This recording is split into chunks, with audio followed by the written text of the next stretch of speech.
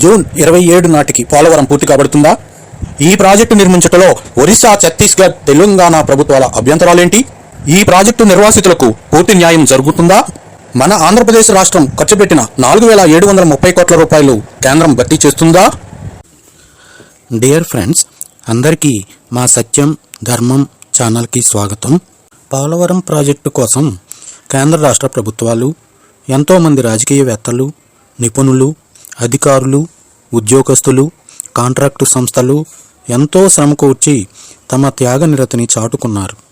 దీని గురించి వాస్తవాలు ఒక సివిల్ ఇంజనీర్గా పూర్తి అవగాహనతో మీ ముందు ఉంచుతున్నాను.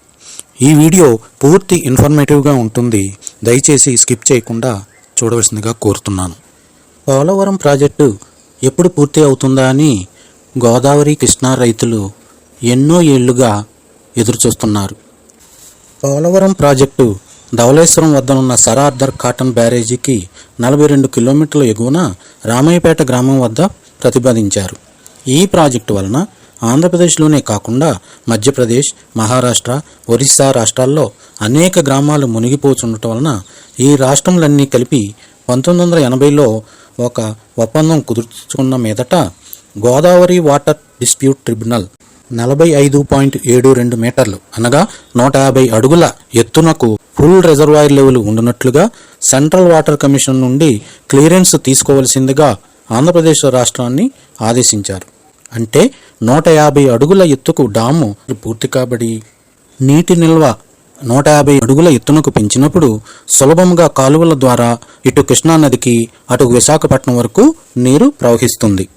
ఈ ఆదేశముల ప్రకారం మొదటి దశ కింద 41.15 మీటర్ల ఎత్తునకు 1982లో హెడ్ వర్క్స్, ఎడమ కాలువకు, తర్వాత 1984లో రెండవ దశలో కుడి కాలువకు ప్రతిపాదనలు పంపారు. ఈ మొత్తానికి 1987 రేట్ల ప్రకారము 2,665 కోట్లకు ఎస్టిమేట్లు వేశారు.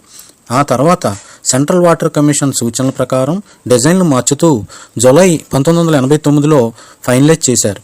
దీని ప్రకారం ఈ ప్రాజెక్టు ద్వారా ఆంధ్రప్రదేశ్లో 4 జిల్లాలకు 7,20,000 ఎకరాలకు సాగునీరు, మరొక 23 లక్షల ఎకరాలు పాత ఆయకట్టు స్థిరీకరణ, 80 టీఎంసీలు విశాఖపట్నంకు దారి పొడుగున గ్రామాలకు త్రాగునీరు మరియు పారిశ్రామిక అవసరాలకు, ఇంకా తెలంగాణ, ఛత్తీస్గఢ్, ఒరిస్సాలో కొన్ని ప్రాంతాలకు నీరు అందుతుంది. మొత్తంగా 30 లక్షల ఎకరాలకు సాగునీరు సరఫరా చేయబడుతుంది. అంతేకాకుండా పవర్ హౌస్ ద్వారా 960 మెగావాట్ల విద్యుత్తు కూడా జనరేట్ చేయబడుతుంది. ఎట్టకేలకు ఈ ప్రాజెక్టు 2004లో 3 ముఖ్యమైన భాగంతో అనగా ఎడమ కాలువ, కుడి కాలువ, హెడ్ వర్క్స్ అంటే మెయిన్ ప్రాజెక్టుగా విభజించారు. ఎడమ కాలువ, కుడి కాలువ పనులు ప్రారంభించారు. కానీ అప్పటికింకా గవర్నమెంట్ ఆఫ్ ఇండియా నుంచి క్లియరెన్స్ రాలేదు. అంటే అప్పటికే 15 సంవత్సరాలుగా ఇది కేంద్ర ప్రభుత్వం వద్ద నానుతూనే ఉంది. ఈ అంచనాల మేరకు ఎడమ కాలువ 211 కిలోమీటర్ల కాంక్రీట్ లైనింగ్తో విశాఖపట్నం వరకు, కుడి కాలువ 178 కిలోమీటర్ల పొడవుతో విజయవాడ వద్ద బుడమేరు కాలువలోనికి, అక్కడ నుండి కృష్ణానదిలోనికి అనుసంధానిస్తూ, అలాగే హెడ్ వర్క్స్ అంటే మెయిన్ ప్రాజెక్టు 2,454 మీటర్ల పొడవైన ఈసీఆర్ఎఫ్ అంటే earth cum rock fill dam, spillway అంటే మెయిన్ బ్యారేజ్ పనులు ఇందులో ఉన్నాయి. ఈ విధంగా రిజర్వాయరు 45.72 మీటర్ల ఎత్తునకు అంటే 150 అడుగులు ఎత్తునకు నింపినప్పుడు 601 చదరపు కిలోమీటర్ల ఏరియా ముంపునకు గురికాబడుతుంది. ఈ పనులు జరుగుతూ ఉండగానే ఎట్టకేలకు 20 సంవత్సరముల తర్వాత అంటే జనవరి 2009లో గవర్నమెంట్ ఆఫ్ ఇండియన్ వాటర్ రిసోర్సెస్లోని టెక్నికల్ అడ్వైజర్ కమిటీ 2005-06 రేట్ల ప్రకారము 10,151 కోట్లకు ఈ ప్రాజెక్టు 12 సంవత్సరంలో పూర్తి కావాలన్న షరతులతో క్లియరెన్స్ ఇచ్చారు. తిరిగి 2011లో డిసెంబరు 2018 నాటికి పూర్తి కాబడేలాగా 2010-11 రేట్ల ప్రకారము ప్రాజెక్టు అంచనా 16,010 కోట్లకు పెంచారు. మార్చి 2014 నాటికి ఆంధ్రప్రదేశ్ ప్రభుత్వం ద్వారా 4,730 కోట్ల రూపాయలు ఖర్చు పెట్టారు. ఇంకా 11,279 కోట్ల రూపాయల పని మిగిలే ఉంది. 2014లో అప్పుడు ఆంధ్రప్రదేశ్ విభజన కారణంగా అప్పటి ఆంధ్రప్రదేశ్ రాష్ట్ర పునర్వ్యవస్థీకరణ చట్టం సెక్షన్ 90లో పార్ట్ 9 ప్రకారం పోలవరం ప్రాజెక్టును నేషనల్ ప్రాజెక్టుగా కేంద్రం డిక్లేర్ చేసింది. దీని ప్రకారం కేంద్ర ప్రభుత్వం తరపున ఆంధ్రప్రదేశ్ ప్రభుత్వమే ప్రాజెక్టు పనులను చేపట్టి సొంత ఖర్చుతో ఈ ఖర్చు అంతా ఈ నెల కానెల పోలవరం ప్రాజెక్ట్ అథారిటీ ద్వారా కేంద్ర ప్రభుత్వ జలశక్తి మంత్రిత్వ శాఖకు పంపి వారి నుండి తిరిగి ఆ ఖర్చును ఆంధ్రప్రదేశ్కు చెల్లించినట్లుగా ఏర్పాటు చేసుకున్నారు. ఆ విధంగా ప్రస్తుత ఏర్పాట్ల ప్రకారం ఈ ప్రాజెక్టు నిర్మాణంలో Andhra Pradesh water resources department principal secretary Polavaram project authority తరపున బాధ్యత వహించాలి. దీని ప్రకారం ఇంజనీరింగ్ పనులు నిర్వహించడానికి chief engineer Polavaram irrigation project, power house నిర్మాణానికి చీఫ్ ఇంజనీర్ ఏపీ జెన్కో, భూసేకరణ R&R అమలు చేయుటలో కమిషనర్ R&Rకి బాధ్యతలు అప్పగించారు. కానీ ఇక్కడ గమనించవలసిన విషయం ఏంటంటే అప్పటికే ఆంధ్రప్రదేశ్ ప్రభుత్వం ఖర్చు పెట్టిన 4,730 కోట్ల రూపాయలు కేంద్ర ప్రభుత్వం ఇవ్వదంట. ఏప్రిల్ 2014 నుండి మాత్రమే నేషనల్ ప్రాజెక్టు కాబట్టి అప్పటి నుంచే ఈ ఖర్చును కేంద్ర ప్రభుత్వం భరిస్తుందని తేల్చి చెప్పింది. అంతేకాదు పవర్ హౌస్ నిర్మాణం కూడా ఆంధ్రప్రదేశ్ రాష్ట్రమే భరించాలి. నేషనల్ ప్రాజెక్టుగా డిక్లేర్ చేసిన తర్వాత ఈ ప్రాజెక్టు అంచనా 2017-18 రేట్ల ప్రకారం 55,548 కోట్లకు రాష్ట్ర ప్రభుత్వం పెంచింది.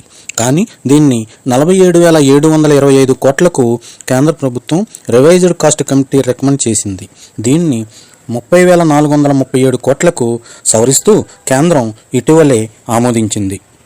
అయితే ఇది నేటి రేట్ల ప్రకారము రివైజ్ చేసినట్లయితే అది 62,436 కోట్లకు అంచనా వస్తుంది. అప్పటి అంచనాల పెంపునకు కారణంగా ఈ కింది 5 కారణాలు చెప్తున్నారు. 1. 2010 నుండి 2017 రేట్ల వ్యత్యాసం. 2. డిజైన్లు మారినందువల్ల. 3. కాంట్రాక్టులను పరిపరి విధాలుగా మార్చుతూ ఉండటం వల్ల. 4. క్వాంటిటీస్ పెరిగినందువల్ల. 5. RFCTLARR యాక్ట్ 2013 అనగా right to fair compensation and transparency in land acquisition, rehabilitation and resettlement అనే ఈ యాక్ట్ ద్వారా ప్రాజెక్టు నిర్వాసితులకు ప్రయోజనం నెరవేరుతుంది. ఈ చట్ట ప్రకారం ప్రాజెక్టు నిర్వాసితులకు అనగా PDFs ప్రాజెక్ట్ డిస్ప్లేస్డ్ ఫ్యామిలీస్లకు 3 విధాలుగా ప్రయోజనాలు చేకూర్చాలి. 1. ల్యాండ్ అవార్డ్ అంటే వారికి ల్యాండ్ ఉంటే ల్యాండ్ టు ల్యాండ్ ఇవ్వాలి. అలాగే క్యాష్ కాంపన్సేషన్ ఇవ్వాలి. వారికి కొత్త కాలనీలు నిర్మించి వాళ్ళ హౌస్తో పాటు వాళ్ళకి మౌలిక సదుపాయాలన్నీ రోడ్లు, నీరు, విద్యుత్ శక్తి, అక్కడ స్కూలు, అంగన్వాడీ, పంచాయతీ బిల్డింగ్ అటువంటి కొత్త గ్రామంలాగా రూపుదిద్దుకునేలాగా చేయాలి. నిజానికి వారు చేసిన త్యాగానికి ఎంత చేసినా తక్కువే. మొత్తంగా ఈ ప్రాజెక్టు PDFs 106,006 కుటుంబాలుగా లెక్క తేల్చారు. కానీ మొదటి దశ కింద 41.15 మీటర్లకు ఎత్తును పెంచినట్లయితే ఈ సంఖ్య కేవలం 20,946 ఫ్యామిలీస్కే లిమిట్ అవుతుంది. కాబట్టి ఈ PDFsకి వెంటనే ఆయా సదుపాయాలు కల్పించి గ్రామాల నుంచి తరలించవలసిన అవసరం ఎంతైనా ఉంది. ఎందుకంటే ఆ ప్రాజెక్టు పూర్తయినప్పటికీ కూడా ఈ గ్రామాలను తరలించకపోతే ఆ గ్రామాల ముంపునకు గురవుతుంది. కాబట్టి PDFs అందరూ చాలా ఇబ్బంది పడతారు. ఈ కారణాలే కాకుండా గమనించిన కారణాలు కూడా ఉన్నాయి. 1. ECRF డ్యామ్ కింద 400 కోట్లతో కట్టబడిన డయాఫ్రమ్ వాల్ ప్లానింగ్ సరిగా లేకపోవటం వలన అధిక వరదలకు డ్యామేజ్ అయింది. కాబట్టి దానిపై నిర్మించవలసిన ECRF డ్యామ్ నిర్మాణం ఆలస్యమైంది. 2. RMC కుడికాలువకి వెళ్ళటానికి 71 కోట్లతో నిర్మించిన టన్నెల్ కూలిపోయింది. దీనికి కారణం వీక్ రాక్ జోన్లో ఇది నిర్మించడమే. 3. భూసేకరణలో ఆలస్యం కారణంగా ఎడమ కాలువ పనులు ఇంకా పూర్తి కాలేదు. 4. నిధుల విడుదలలో ఆలస్యం. ఆడిట్ రిపోర్టు ప్రకారం 10 రోజుల నుండి 449 రోజులు జాప్యం కారణంగా కాంట్రాక్టులకు బిల్లులు చెల్లించలేదు. అందువల్ల ఈ పురోగతి డ్రాస్టికల్గా తగ్గిపోయింది. ఇవన్నీ నేను చెప్పేది కాదు, ఆడిట్ రిపోర్టు ప్రకారం తెలుసుకున్న సత్యాలు. Controller and auditor general of India వారి రిపోర్టులో 4 ముఖ్యమైన అంశాలు తేల్చి చెప్పారు. అందులో 1. The government of Andhra Pradesh is implemented 2 lift irrigation schemes without approval of central water commission, national green tribunal and Polavaram project authority. Godavari, Krishna నదులు అంతర్రాష్ట్ర నదులు కాబట్టి ఆంధ్రప్రదేశ్ పునర్వ్యవస్థీకరణ యాక్ట్ 2014లోని సెక్షన్ 84 ప్రకారం దీనిపై ఎటువంటి ప్రాజెక్టులు కట్టాలన్నా పర్యావరణ అనుమతులతో పాటుగా సెంట్రల్ వాటర్ కమిషన్ అనుమతి కూడా తీసుకోవాలి. ఈ అనుమతులు తీసుకోకుండానే కుడి కాల్వ నుండి పట్టిసీమ లిఫ్ట్ ఇరిగేషన్ స్కీము, ఎడమ కాల్వ నుండి పురుషోత్తపట్నం లిఫ్ట్ ఇరిగేషన్ స్కీము పనులను మార్చి 2015లో ఆంధ్రప్రదేశ్ ప్రభుత్వం ప్రారంభించింది.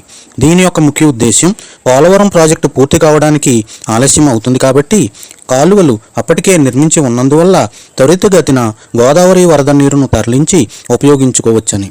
పట్టిసీమ నుండి కృష్ణా బేసిన్కు నీరు తరలించడానికి 2080 కోట్లు, పురుషోత్తపట్నం నుండి ఏలూరు రిజర్వాయర్కు నీరు తరలించడానికి 1189 కోట్లు ఆంధ్రప్రదేశ్ ప్రభుత్వం ఖర్చు పెట్టింది. ఈ ఖర్చును పోలవరం ప్రాజెక్టులో కలిపి చూపించగా కేంద్ర ప్రభుత్వం ఒప్పుకోలేదు. పైగా నిబంధనలకు ఉల్లంఘించినందుకు కుడి కాలువ 24.9 కోట్లకు మరియు ఎడమ కాలువకు 24.56 కోట్లు మరియు ఈ రెండు ప్రతిపాదించినందుకు ఏపీ పొల్యూషన్ కంట్రోల్ బోర్డుకు 120 కోట్లు కట్టవలసిందిగా నేషనల్ గ్రీన్ ట్రిబ్యునల్ ఆర్డర్ ఇచ్చింది. ప్రస్తుతం ఈ కేసు సుప్రీంకోర్టులో ఉంది.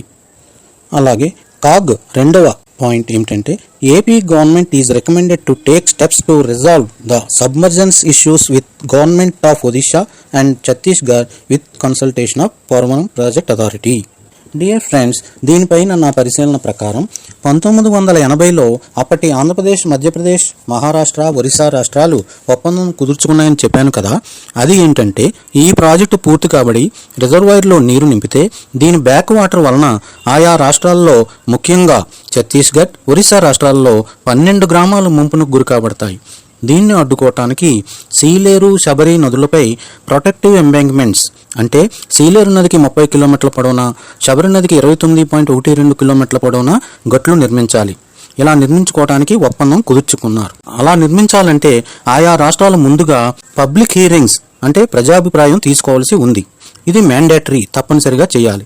దీనిపై ఏ చర్య తీసుకున్నందువల్ల కేంద్ర ప్రభుత్వ పర్యావరణ మరియు అటవీ శాఖ వెంటనే పోలవరం ప్రాజెక్టు పనులను ఆపవలసిందిగా ఫిబ్రవరి 2011లో ఆదేశించారు. ఆ వెంటనే ఆంధ్రప్రదేశ్ ప్రభుత్వం ఛత్తీస్గఢ్, ఒరిస్సా రాష్ట్రాలను కలిసి వెంటనే ప్రజాభిప్రాయ సేకరణ చేయవలసిందిగా కోరారు. మన రాష్ట్ర ప్రభుత్వం తీసుకున్న చర్యల ఫలితంగా స్టాప్ వర్క్ ఆర్డర్ను అబేయన్స్లో అంటే తాత్కాలిక నిలిపివేతగా పెట్టారు. 2014లో ఈ ప్రాజెక్టును నేషనల్ ప్రాజెక్టుగా డిక్లేర్ చేసిన తర్వాత ఈ బాధ్యత కేంద్ర ప్రభుత్వానికి. కానీ నేటి వరకు ఛత్తీస్గఢ్, ఒరిస్సా రాష్ట్రాలు ప్రజాభిప్రాయ సేకరణ జరపలేదు. అంతేకాదు ఈ సమస్య అధిగమించడానికి కేంద్ర ప్రభుత్వం అధీనంలోని పోలవరం ప్రాజెక్టు అథారిటీ కూడా ఎటువంటి చర్య తీసుకోలేదు. అంటే మన ముఖ్యమంత్రి గారు ఈ ప్రాజెక్టు జూన్ 2027 నాటికి చెప్పినట్లు పూర్తి చేసినా ఈ ప్రొటెక్టివ్ ఎంబాంక్మెంట్స్ కట్టనందువల్ల ఫుల్ రిజర్వాయర్ లెవెల్కి రిజర్వాయర్ నింపటం సాధ్యం కాదు. ఎందుకంటే ఛత్తీస్గఢ్, ఒరిస్సా రాష్ట్రాల్లో 12 గ్రామాల ముంపునికి గురిపడితే చాలా ప్రమాదం జరుగుతుంది కాబట్టి దీనిపై వెంటనే మన రాష్ట్ర ప్రభుత్వం దృష్టి సారించాల్సిందిగా కోరుతున్నాను. కాగ్ రిపోర్ట్లోని 3వ అంశం ఏమిటంటే AP government has decided to increase the discharge capacity of twin tunnels in right connectivities without obtaining prior approval of Polavaram project authority and central water commission. కుడి కాలువకు వెళ్లడానికి 71 కోట్లతో నిర్మించిన టన్నెల్ కూలిపోయింది. దీనికి కారణం వీక్ రాక్ జోన్లో ఇది నిర్మించడమే అని తేల్చారు.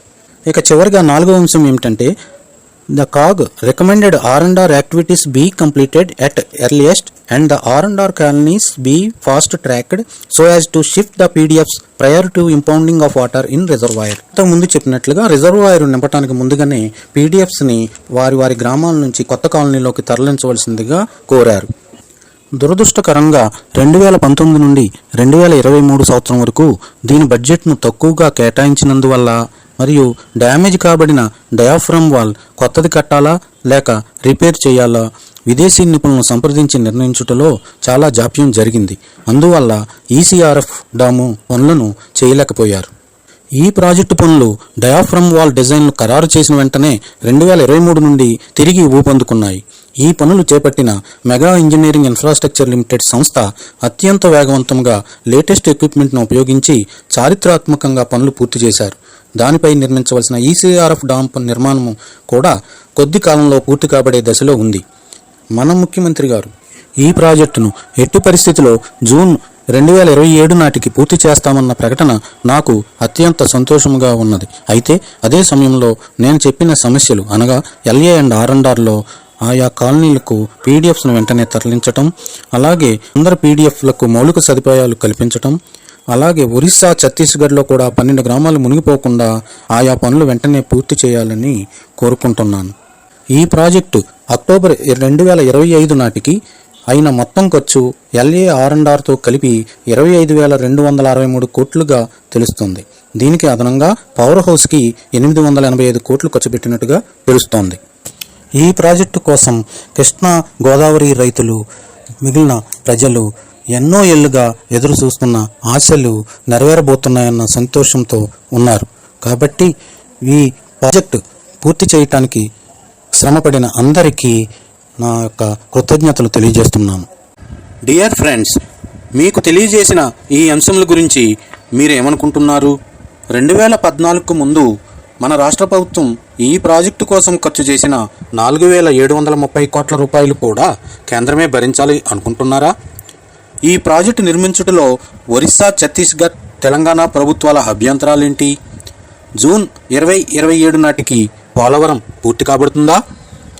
ఈ ప్రాజెక్టు నిర్వాసితులకు పూర్తి న్యాయం చేకూరుతుందా? మీ అభిప్రాయాలను కామెంట్ల రూపంలో దయచేసి తెలియజేయండి.